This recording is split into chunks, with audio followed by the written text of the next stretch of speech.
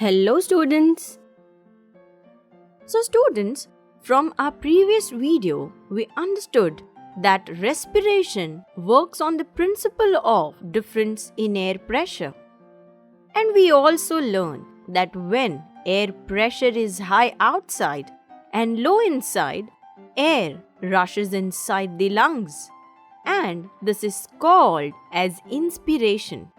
And when air pressure is low outside and high inside, air rushes out from the lungs. And this is called as expiration. But students, do you think that lungs can contract or relax by itself, just like our heart does? No, not at all.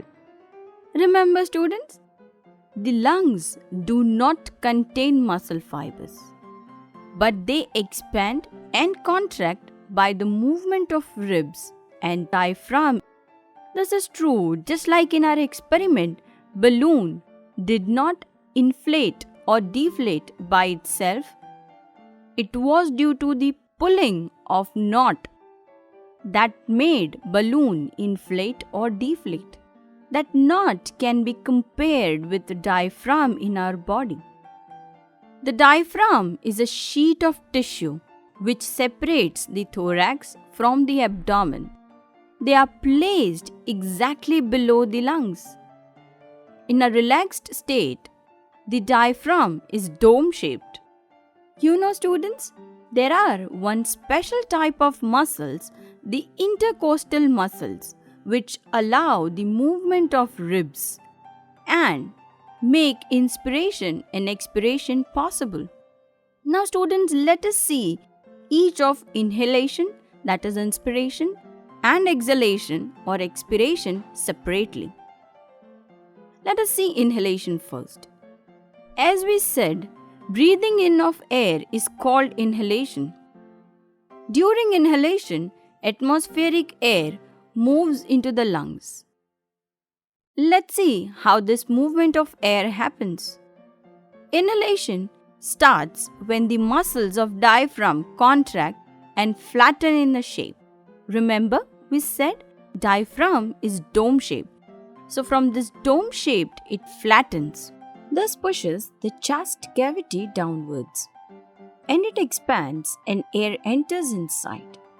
Do you know, this chest cavity is also called as thoracic cavity? Yes, it is placed above the abdominal cavity and is separated by diaphragm. Together, they enclose organs like heart, lungs, kidney, liver, etc. When the diaphragm is moving down, simultaneously the external intercostal muscles also contract. That is, muscles present outside the ribs which help in moving chest wall contract. This causes ribs to move upwards and outwards. And as a result, the chest cavity expands. So now can you guess what must be happening to the air pressure inside the lungs? To answer this, just compare it with our balloon experiment where we stretched the knot up and the cavity inside the balloon expanded. Yes, you are right. The exactly same way, the air pressure inside the chest cavity reduces. Consequently, the air outside, which is at higher pressure, enters and reaches the lungs via respiratory system. The air finally reaches to the alveolar region. As you know students, alveoli are richly covered by blood capillaries. So the oxygen in the alveoli diffuses into the blood capillaries and carbon dioxide present in blood capillaries diffuses in the lungs. This gaseous exchange at alveolar surface completes the inhalation process. And now CO2-rich air from our lungs needs to be thrown out. And this process is known as exhalation. This process is also called as expiration.